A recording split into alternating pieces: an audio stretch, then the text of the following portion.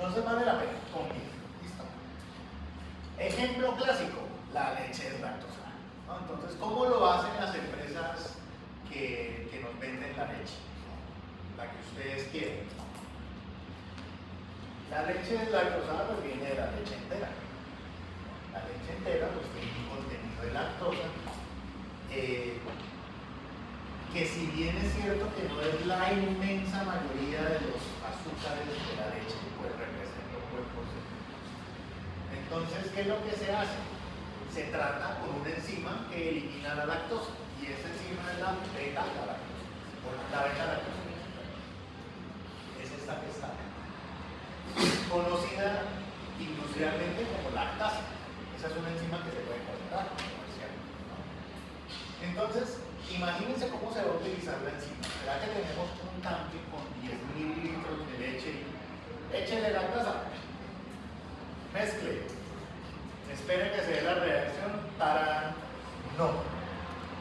Bueno, se podría, ¿no? Pero la cantidad de enzima que se gasta, o sea, imagínense eso. Significa que la leche que yo me voy a tomar tiene una enzima que le agregaron para tratarla, y por eso tiene un montón de inconvenientes. Entonces lo que se hace es inmovilizar la lactasa en un soporte sólido. Ese soporte sólido son estas perlas que están aquí. Y bueno, aquí se ve de una manera muy sencillita, ¿no? Pero son columnas que tienen todas estas perlas acá. Y cada perla está recubierta con lactasa. Entonces, ¿qué se hace? Pues hacer pasar la leche por ahí a una temperatura que es la temperatura a la que trabaja la lactasa, ¿cierto? Y entonces lo que sale debería estar libre de lactosa. Aquí el dibujito nos lo presenta como muy fácil, muy chistosito. Entonces tengamos en cuenta dos puntos. La lactosa es un disacárido, y el producto de la reacción con la lactasa es generar glucosa y galactosa. Quienes tomamos, porque yo también me uno al grupo de la leche deslactosada, quienes tomamos esa leche sabemos que si uno toma leche entera y deslactosada, la deslactosada es más dulcecita, ¿cierto? Con esto, porque claro, esa leche tiene más glucosa, pero no tiene lactosa. Entonces es lo uno por lo otro. Uno. Y dos, pues con un solo paso por esta columnita no es suficiente, ¿vale? Entonces, ¿qué es lo que se hace? Yo le había traído eso. Fíjense, tenemos ficha nutricional de leche entera y leche deslactosada. ¿Recuerdan cuando hicimos lo de Bradford que ustedes revisaron la ficha nutricional de la leche, que está la leche por allá del gusto y bueno, ¿no? Ya están familiarizados ustedes con estas cosas. Hay diferencia entre las dos, sabiendo que la una ya no tiene lactosa y la otra conserva la lactosa. Revisemos la ficha técnica, ¿no? Entonces uno diría, bueno, si hay diferencias debería verse en el contenido de azúcares. Carbohidratos totales, 4.8. Bueno, esto es de la misma marca, ¿no? Lo traje de la misma marca como para que sea comparable. Carbohidratos totales 4.8 en 100 mililitros. 4.8. Azúcares totales 4.7, 4.4. Esas son las diferencias. Porque si ustedes ven todo lo demás, lo mismo. Yo tomo leche deslactosada, decía alguien por ahí, porque es que tiene menos calorías.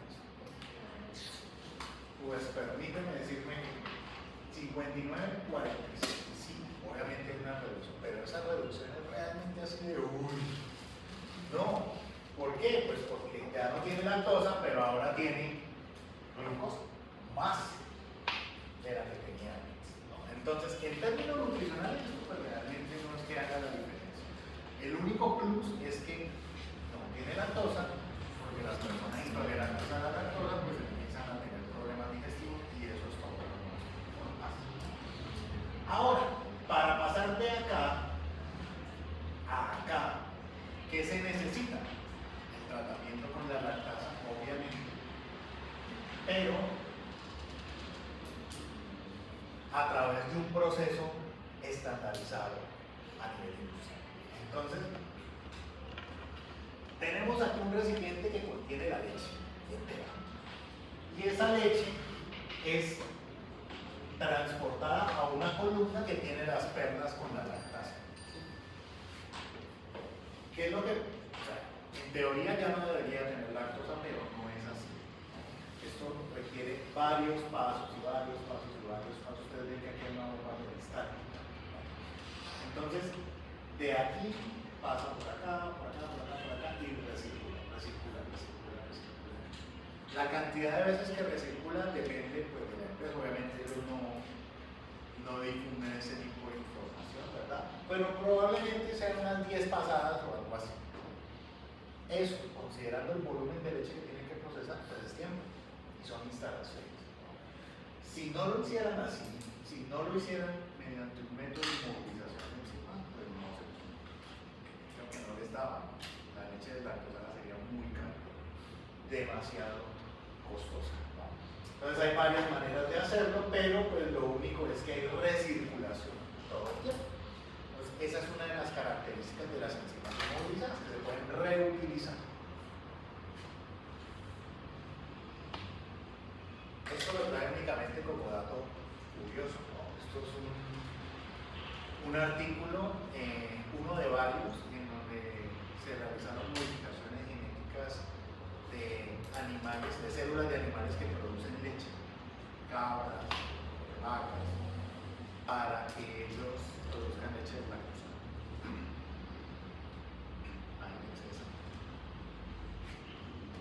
No es más.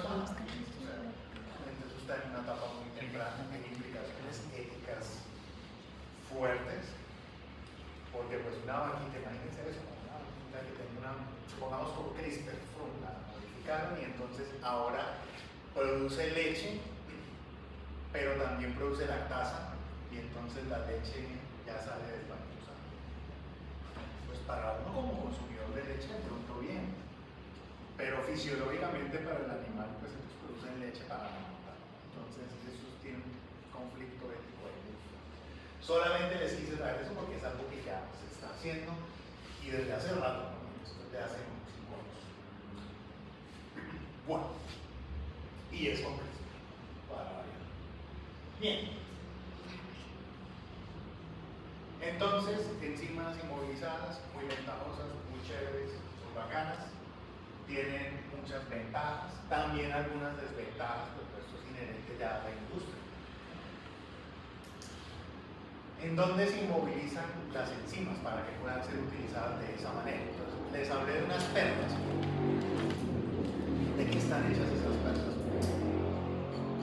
Yo les digo perlas, de pronto ustedes se imaginan una perla de vidrio, podría ser. Pero no todas son así. Entonces habrá algunos materiales poliméricos de naturaleza orgánica, algunos materiales de naturaleza inorgánica, por ejemplo nanopartículas, o algunos híbridos entre los dos. Los más baratos y más fáciles de conseguir son los orgánicos. Entonces, un plástico es un compuesto polimérico orgánico. El que sea sintético es otra cosa, ¿no? Pero es un material que se suele utilizar para inmovilizar enzimas, ¿no? ¿Cómo se inmovilizan? ¿Cómo pego yo una enzima a una perlita de plástico? También hay varias maneras. La más sencilla es por absorción, es decir, contacto directo y que lo que queda adherido se una por cargas, ¿no? Esa es la absorción. Hay una unión y esa unión es débil en realidad, pero se puede hacer así. Hay una unión en donde la enzima queda físicamente atrapada dentro de ese polímero, dentro de ese material. Y existen otros métodos que son más de fundamento químico, que es unir químicamente la enzima al material, entonces por entrecruzamiento o unión covalente. Entonces, muy rápidamente les voy a mostrar algunas de ellas, pero definitivamente lo que yo quiero que entendamos es que la enzima inmovilizada tiene ventajas tiene algunas desventajas, pero que es preferible utilizarla siempre inmovilizada en un estado libre o soluble, a menos que la aplicación, es decir, para lo que sirve la enzima, tenga que utilizarse así libre. Entonces, por ejemplo, una polimerasa, la de la PCR, ¿no? Pues a mí que me sirve tener que inmovilizar una perlita. También se consigue más, para secuenciación masiva se consigue más, pero pues de pronto se necesita más el líquido disuelta en una solución acuosa. Bueno, la absorción es el método más sencillo para inmovilizar enzimas, entonces se basan en fuerzas de Van der Waals, son interacciones muy débiles, son reversibles, pero es el más fácil, es el más barato. Es la versión 1.0 de la inmovilización de enzimas. Esa es una. La otra opción es atrapamiento, es decir, encerrar la enzima dentro de una matriz polimérica que suele ser una matriz suave. Imagínense el agar-agar que ustedes utilizan para los medios de cultivo, como una agarosa, entonces un gen. Entonces, la enzima queda dentro del gen y lo que se va a tratar tiene que traspasar el gen, tiene que perfundir. Esa es otra manera de hacerlo. La idea es que la enzima quede ahí, el líquido pase, pero la enzima no se vaya con el líquido, quede ahí atrapado. Esa es otra manera. Los enlaces covalentes, este es de los más utilizados en la industria, es el que se utiliza para la lactasa, por ejemplo, y se basa en que a la enzima se le va a unir un puente, una colita, puede ser un radical, que sirva para que se una al material polimérico, es decir, a la matriz sólida. Entonces, bueno, aquí se ve como una colita, pero realmente esto se ve así. Bueno, tenemos un soporte, aquí están las perlas, entonces están del mismo color que las del ejemplo ahorita de la lactasa. Entonces, ese soporte, esas perlas, se tienen que funcionalizar. Es decir, se les tiene que agregar un grupo químico que tenga afinidad por la enzima. Entonces, si la enzima está compuesta por aminoácidos, una proteína, entonces podría ser, en teoría, basada en un grupo amino. ¿Sí? Entonces ustedes ven que este es como el paso a paso de cómo se funcionaliza una perlita. Entonces básicamente se le agregan grupos hidroxilo, al grupo hidroxilo se le agrega un grupo amino, ese grupo amino es modificado en uno de los extremos para que pueda aceptar la proteína. Y entonces al final lo que queda es un soporte, un puentecito que es un pequeño grupo amino y la proteína. Y eso está. Esto se realiza por síntesis química. Esos son los métodos químicos. Y esta es la más utilizada. Y hay otro método que es el entrecruzamiento o cross-linking, en donde se parece al atrapamiento por geles. Y lo que pasa es que la enzima en los geles queda totalmente rodeada, queda espichadita, por decirlo de alguna forma. El entrecruzamiento es alternar moléculas de enzima, moléculas de entrecruzante. Entonces, como dice una red, ¿no? Una telaraña, que es algo que se ve acá, ¿no? Entonces, está la enzima y hay un intercalante acá, como un compuesto que ayuda a separarlos. ¿Vale? Esta es otra manera de hacerlo. Ese compuesto y estos agentes de unión son iones isocianatos o el butaldehído, que esta tampoco se utiliza tanto, es cara. Pero eso es la forma de hacerlo. Aquí está, básicamente. ¿Que cómo se hace en la industria? Pues ya les decía yo, ¿no? Principalmente por unión o por absorción covalente, ¿no? Por unión por enlaces covalentes. Ustedes saben que los enlaces covalentes son de los más fuertes, ¿no? Son bastante estables. Y sobre todo no le quitan la función a la enzima, que es algo que sí puede pasar en un método de absorción, por ejemplo. En un método de absorción, que es el más fácil, yo no controlo en qué sentido queda la enzima. Puede quedar unida como cayó. mientras que un método covalente vale bueno. Bueno, y este es un último que es retención por membrana. Es algo que incluso se puede ver en algunos insumos y materiales de microbiología. Todos ustedes están viendo alimentos, pero han hecho algún recuento por eso antes. Es decir, han utilizado medios cronométricos. Hoy los usan. Bueno, pues uno de esos es el cromocul o el fluorocul, que es la versión de carne, ¿no? Bien, hay unas membranas en microbiología que tienen sustratos cronogénicos. Entonces, les preguntaba lo del cromocul porque se ve parecido, ¿no? Entonces, ¿uno qué hace? Filtra, supongamos que es agua lo que se va.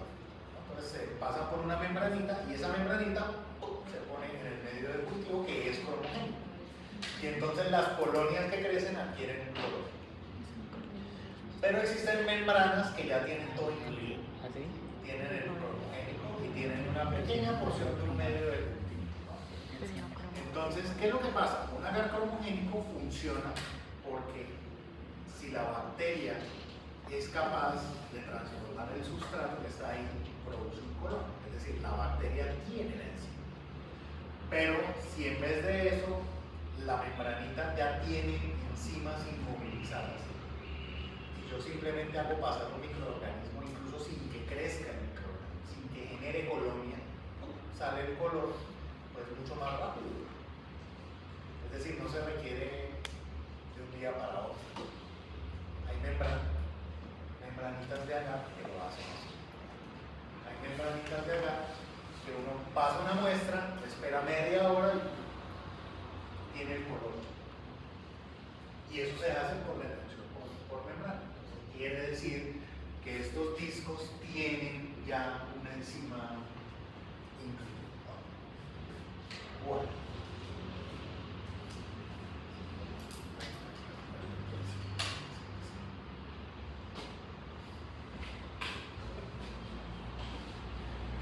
Bueno, continúo. Bueno, hasta ahí cómo se inmoviliza, ¿no? Entonces, aplicaciones pues habrá bastantes. Yo ya les mostré la de la lactasa, producción de leche deslactosada, pero pues así hay muchos otros ejemplos, ¿no? Entonces, otro ejemplo es la generación de los jarabes. Jarabes no para la tos, sino como endulzantes industriales. Entonces, ustedes saben que, bueno, el ejemplo de la Coca-Cola. El ejemplo de la Coca-Cola. ¿A quién le gusta la Coca-Cola? Que no es muy saludable. Así como otras gaseosas tienen una cantidad de azúcar. ¿Ustedes saben de dónde viene ese azúcar?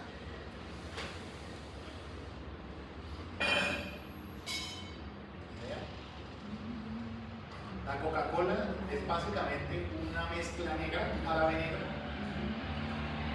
mezclado con agua, azúcar y gasificado. Esa es la azúcar Coca-Cola. Pero el azúcar viene de fuentes diferentes.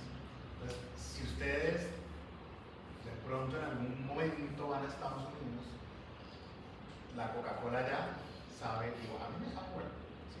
Pero está endulzada con un azúcar distinto acá que en Colombia, o que en muchos países de la Unión. Allá se endulza con jarabe de maíz. Entonces, dirán, jarabe de maíz. No va a decir la Coca-Cola tiene maíz. No. ¿Sí? A partir del maíz se saca un extracto líquido y se purifica azúcar. Es decir, se genera un endulzante líquido, que no es, digamos, sacarosa comercial, como la que uno compra en la tienda, pero es un endulzante.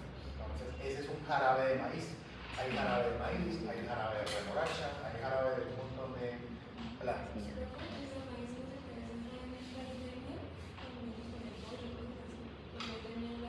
Muchos de esos, si ustedes ven, o sea, la miel que le dan, ustedes van a comer polvo a la rosca. Ese sobrecito de miel, eso no es miel. Eso no tiene absolutamente nada de miel. Ustedes le dan la vuelta, dice constituyente o ingrediente, jarabe de maíz, jarabe de no sé qué, es el endulzante, ¿vale? Entonces, ¿por qué les digo esto? Porque esos jarabes son un producto industrial, es decir, eso se vende.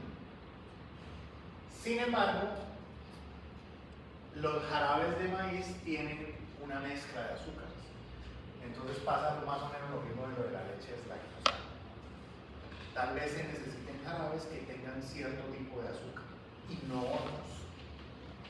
¿Cómo le quito yo un azúcar a un jarabe con suficiente especificidad para quitarle únicamente ese azúcar?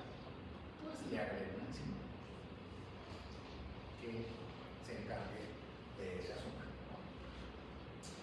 Entonces, fíjense, esto que está aquí es un proceso para producir un jarabe pues, azucarado, ¿no? De maíz. Entonces, inicia con el almidón del maíz, es decir, con una mezcla completa, ¿no? Esa mezcla es tratada con una amilasa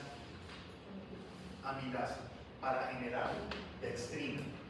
Y después se trata o con una amilasa o con una aminoglucosidasa para generar distintos tipos de jarabe con distinto poder edulcorante y con distinta aplicación. Pero todo viene del almidón. Entonces tenemos aquí los siropes que llaman, a quienes les gustan los panqueques, le echan así, los han visto. Bueno, esos vienen de ahí, todos los reemplazos de la miel y todo eso que realmente es súper sintético, pues se produce de esta manera. Entonces tendremos como subproducto del jarabe de maíz glucosa, un jarabe rico en fructosa, un jarabe rico en maltosa, para distintos tipos de aplicación. Todo se hace pues aplicando enzimas. Salgámonos del ámbito de edulcorantes y alimenticios y toda la cosa, pues en el ámbito biomédico, en diagnóstico, las enzimas pues se usan todo el tiempo. Entonces, las tiritas reactivas, lo que hicimos nosotros la semana pasada con glucosa oxidasa, son enzimas. Tenía glucosa, oxidasa y peroxidasa. Entonces, con fines analíticos se pueden utilizar enzimas de muchos tipos, pero la glucosa oxidasa es la más trillada de todas para diagnóstico, o sea, método de laboratorio para determinar nivel de glucosa es glucosa oxidasa. Las tiritas que utilizan las personas que son diabéticas y que necesitan monitorear diariamente su nivel de glucosa tienen glucosa oxidasa inmovilizada en un papel. Entonces, esto lo veremos cuando hablemos de biosensores, porque esto es del tema de biosensores, pero esto tiene un trasfondo, no simplemente pongo una enzima y ya, ¿no? Esto tiene un propósito más analítico, pero lo cierto es que muchos biosensores, con fines diagnósticos o ambientales o lo que ustedes quieran, tienen como pieza fundamental de su funcionamiento una enzima. La enzima es la que detecta lo que yo quiero cuantificar, lo que yo quiero detectar. Entonces, acá por ejemplo, esto es un esquema de un biosensor, luego lo veremos bien clásico. Pero si el analito que se está buscando es la glucosa, porque yo quiero medir el nivel de glucosa en sangre, pues el que lo debe reconocer es la glucosa oxidasa. Entonces, aquí la reacción química genera una señal que se puede cuantificar eléctricamente. Eso es lo que hace. No nos vayamos tan lejos. La tira de orina clásica, tradicional, la de química. La ponen ahí. Ustedes casi que inmediatamente ven el resultado, ¿verdad? Entonces, a ver, no todos los cuadritos tienen enzimas, pero algunos tienen enzimas. Entonces, nuevamente, el de la glucosa, ¿qué tiene? Glucosa oxidasa, inmovilizada. Algunas otras no, claramente, pero por lo menos esta de la glucosa sí. ¿Vale? Entonces, otra manera de utilizar una enzima inmovilizada para detectar un analito y en medicina. Esto que está aquí son, esto es curioso, ¿no? Esto que está aquí son cintas. Fíjense lo que dice acá. para las mamás que les gusta tomarse sus traguitos. Sí, pues resulta que es que el alcohol, pues claramente no recomendado para las mamás lactantes, ¿no? Pero existen kits diagnósticos basados en enzimas para detectar trazas de alcohol o de sus metabolitos en la leche materna. Y se hace así, porque es una cinta enzimática, nuevamente, enzimas inmovilizadas, ¿no? Entonces acá las enzimas pueden ser varias, pero una de ellas será el alcohol decidor. Se ve como una tirada. Bueno, esto es lo de la glucometría. Nuevamente, vamos a hablar más. Y aquí hay otros ejemplos, ¿no? Entonces se utilizan con ureasas, con alcoholoxidasa, con oxidasa, con peroxidasas, con deshidrogenasas.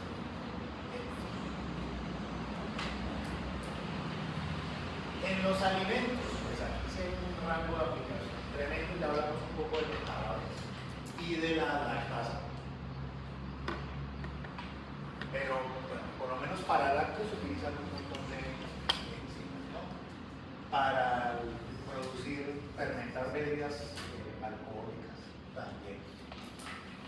Para hornear, para producir vinos, para ablandar carne.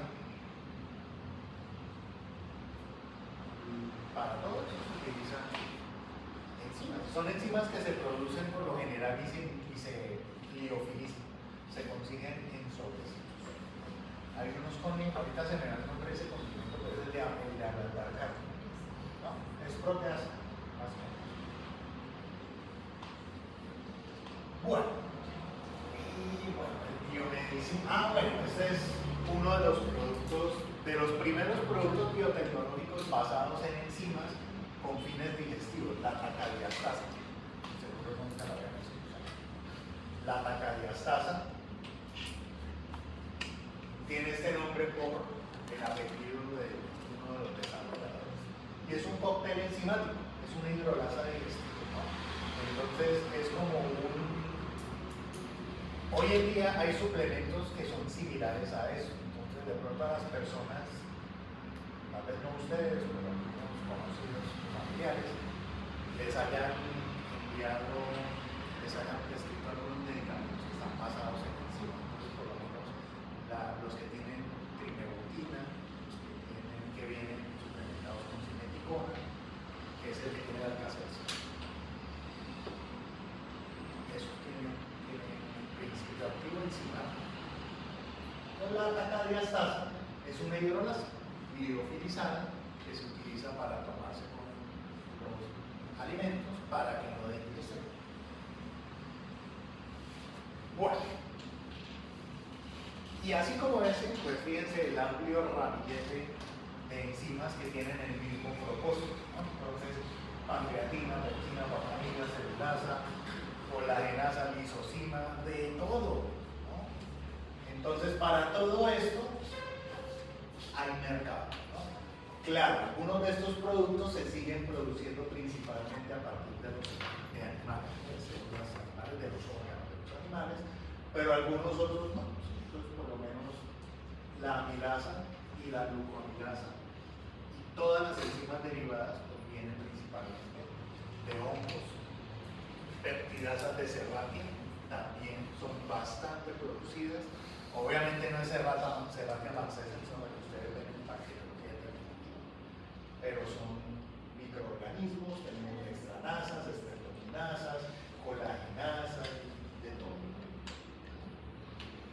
Mucho de eso, o sea, todos estos son productos biotecnológicos, pero no todos son productos microbianos. Sin embargo, los microbianos, pues fíjense que tienen una aplicación interesante, ¿no? Tanto como ayudas digestivas como agentes terapéuticos. Bien. Bueno, esto yo me lo voy a pasar. Esto es más en diagnóstico, no se utilizan enzimas muchos en diagnóstico. Yo realmente, estos son, digamos, constituyentes propios de kits diagnósticos, entonces la verdad tampoco estoy tan familiarizado con ellos, pero pues tienen un fundamento catalítico. Bueno, En biomedicina, pues obviamente las enzimas tienen un papel importante, sobre todo en diagnóstico biomédico. Muchos y todos ustedes creo que alguna vez hicieron ELISA o saben qué es un ELISA. Son inmunoensayos enzimáticos. Todos. En biología molecular, claramente también. De hecho, esto es uno de los principales, ¿cómo se dice? Motivadores para empresas que producen enzimas. Porque una enzima pura que se utiliza en biología molecular es costosa. Yo creo que cuando hablamos de enzimas, tal vez yo les preguntaba cuánto creían que costaba una polimerasa, ¿cierto? ¿Recuerdan? ¿Recuerdan cuánto era? La más barata, la más marca gato china por allá. Sí, y eso es marca, pero uno, digamos, las personas que estamos acostumbrados a utilizar enzimas, escuchamos un precio de eso y decimos, eso es mentira, ¿no? Realmente eso no vale. Y son cantidades de microlitros, 50 microlitros, 100 microlitros. Pues ahora viene una empresa que ya no sea marca Chunchifam China, sino que sea una empresa, digamos, con amplia trayectoria, pues ya no vende esa enzima en esos 90.000 pesos, probablemente en 300.000 o 400.000. Eso es una polimerasa, que es la más de combate, ¿no? Ahora es una enzima de restricción, una enzima de las que se utiliza para los sistemas CRISPR. CRISPR-Cas9, ¿saben qué es el Cas9, cierto? Cas9.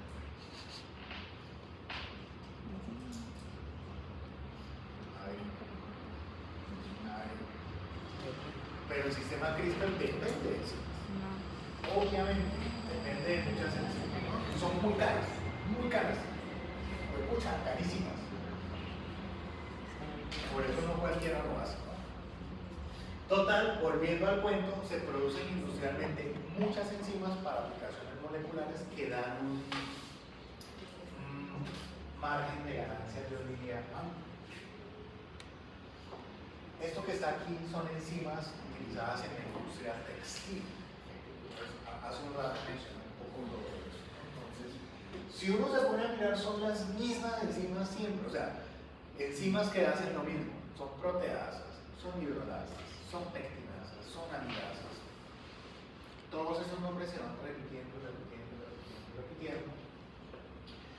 Y entonces todo esto que está acá es básicamente desgaste de jeans, sobre todo de jeans, de este tipo de tela que es más gruesa, y todos esos desgastes, pues, se han preguntado cómo se hacen. Ustedes se van a ir a comprar un jean a su proveedor de jeans de confianza, y van y entonces le venden el que tiene las rayitas, el que tiene un desgaste acá, el que tiene un azulito que parece verde. Muchos de esos efectos se consiguen con estas enzimas.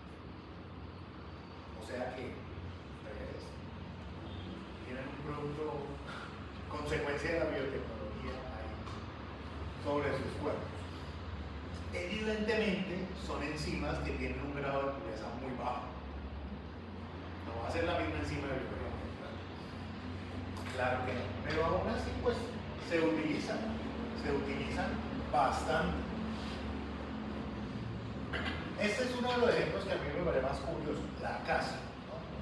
Encima de la casa. Vamos a ver si alcanzamos a medir la casa en el laboratorio cuando produzcamos las orellanas que ellas producen la casa. Pero la casa es una enzima súper compleja, es una enzima que es como la Superman de las enzimas, de todo un poco. Y se utiliza para decolorar, porque los colorantes de los jeans son colorantes de tipo ácido, muchos de ellos. Pues el azul índigo y todas esas gamas de azules son ácidos, es decir, que tienen un grupo ácido pero también tienen algún aromático por ahí, algún anillito, y la casa es muy bueno partiendo sus anillos. Entonces se utiliza justamente para decolorar con patrones muy exactos, con patrones muy reproducibles, ¿vale? Bueno, Pero oxidasa pues también es un blanqueador por excelencia. Yo creo que ustedes lo saben, las peroxidasas blanquean, pura. Y bueno, es que aquí tengo mucho de lo mismo, no creo que lo podemos adelantar. Listo. ¿Hay preguntas sobre esto? ¿Alguna duda? ¿Algo así? ¿Será que yo puedo montar mi propio tipo de enzimas?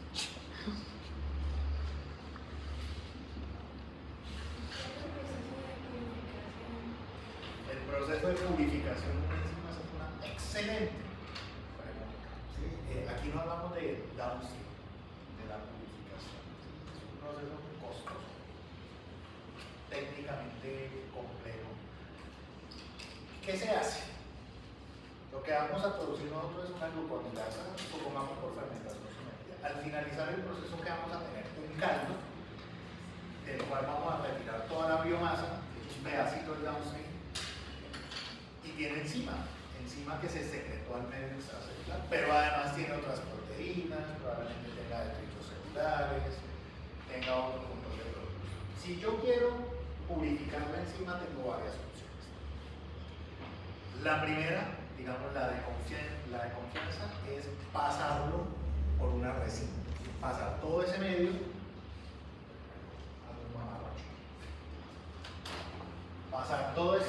por una columna que contenga una resina. Entonces,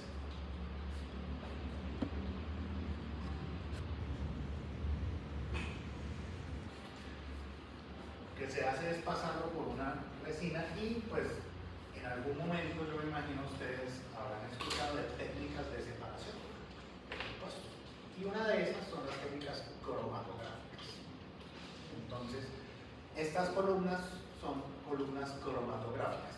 ¿Qué tipo de cromatografía? Cromatografía de exclusión. Entonces, aquí hay un sustrato, una columna, no un sustrato, una columna que tiene afinidad por proteínas, o por la enzima, o por algún tipo de aminoácido. Entonces, se hace pasar el caldo de fermentación por acá, se hace recircular varias veces, misma historia que con la lactasa. Y después esta columna se lava. Entonces, en esta columna, ¿qué esperamos que esté? La enzima que yo quiero purificar. Se lava y se obtiene un extracto enzimático. La enzima no está pura al 100%, pero si en el tarrito original, supongamos que en porcentaje teníamos un 1% de enzima, aquí probablemente tengamos 60 o 70%. Entonces está muy bien, ¿no? Pero yo la quiero al 100%, ¿qué hago? Aplico la cromatografía. Esta es una manera de hacerlo. La otra es por fragmentación, ¿sí? No fragmentar la enzima como tal, sino fragmentar el extracto enzimático que está acá. Entonces, se hace pasar por otro tipo de columna y la columna tiene segmentos, tiene fracciones. Cada uno de estos segmentos tiene afinidad por un tipo de compuesto químico. Entonces, aquí de pronto tenemos afinidad por proteínas, por carbohidratos, por lípidos, así sucesivamente. Entonces, este tipo de separación también es posible. Entonces, acá tenemos salidas en donde al momento de lavar yo puedo separar por fracción. Esto será por fraccionar. ¿Listo? Entonces, son métodos utilizados bastante en la industria. Nosotros no lo hacemos acá. Entonces, bueno, esto sí se hace abajo en química, pero pues nosotros no lo hacemos. Eventualmente lo haremos. El proceso es el mismo cuando es fermentación en sólido o semisólido, o cambia. Este proceso que está aquí no cambia, es el mismo. ¿Qué es lo que cambia? El proceso antes de pasarlo por estas columnas. Entonces, claro, en una fermentación sumergida, yo tengo es un caldo o un medio líquido. Y en una fermentación sólida, perdón por mi mamá, acá. Yo digo como niño de 10 años. Tenemos un sustrato, ¿cierto? Y entonces yo como saco de acá encima. Si está pegado a un sustrato, aquí por lo menos está disuelta. ¿Cómo la saco? Lavando. Pero lavando ya no con toda esa cantidad de volumen, sino con un volumen más pequeño. Pues lo que sale aquí está más concentrado. Entonces, si por fermentación sumergida llegaba al 1%, puede que aquí llegue 10 veces más, que ya es una ventaja. Aparte, el volumen va a ser más pequeño. Pero pues ya al momento de purificar, ya pues, se aplican ese tipo de técnicas, no hay de otra, no hay otra manera de hacerlo.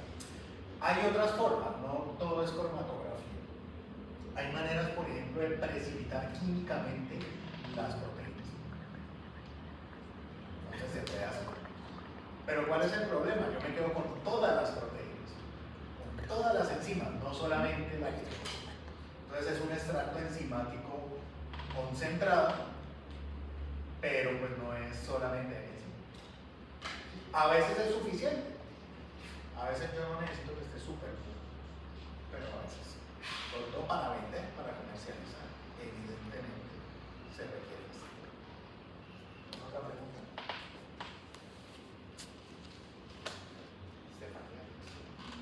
Paula. Yo también tengo mucho. Ya me está sonando usted. ¿Nada? ¿Todo bien? ¿Todo entendido? Bueno, entonces esta tarde seguimos hablando de esto, pues ya más desde el contexto del proceso de laboratorio para producir. Esto, por favor, lean la guía. Lleguemos a tiempo a ver si esta vez sí salimos a la hora que es y no a las 6:30.